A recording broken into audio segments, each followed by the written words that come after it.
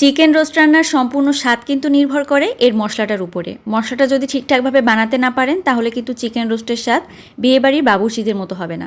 আজকে আপনাদেরকে চিকেন রোস্টের যে মশলাটা সেটা তৈরি করে দেখাচ্ছি। প্রথমে নিয়ে নিব 1 চা চামচ পরিমাণে সাদা গোলমরিচ, তার সাথে একটা পুরা জয়ত্রী, অর্ধেকটা পরিমাণ জয়ফল, 10-12টার মতো সবুজ এলাচ, 3-4 টুকরা নিয়ে নিচ্ছি দারুচিনি, 6টা দিয়ে দিব লবঙ্গ, একটা কালো এলাচ নিয়েছি। কালো এলাচের সম্পূর্ণটা নেবেন না, ভেতরে যে বীজটা আছে শুধুমাত্র বীজটা এখানে ব্যবহার করবেন, কারণ বাকি অংশের আর প্রয়োজন নেই। এরপর দিয়ে দিব এখানে 1 টেবিল চামচ পরিমাণে পোস্তদানা। পোস্তদানাটা কিন্তু অবশ্যই নিতে হবে। তার সাথে 1 চা চামচ পরিমাণে শাহি জিরা। আমি এখানে যতটুকু মশলা তৈরি করছি তা দিয়ে 12 পিস চিকেন রোস্ট আপনারা তৈরি করতে পারবেন।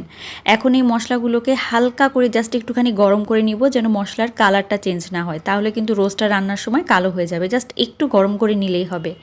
এরপর ফ্যানের নিচে এটাকে ঠান্ডা করে নেবেন পুরাপুরি। তারপর ব্লেন্ডারের একটা জারের মধ্যে নিয়ে একদম মিহি করে এটাকে গুঁড়া করে নিতে হবে। গুঁড়া করে আপনারা একটা এয়ারটাইট বক্সের মধ্যে ভরে এটাকে 1 মাস পর্যন্ত কিন্তু সংরক্ষণ করে রোস্ট রান্না করতে পারবেন।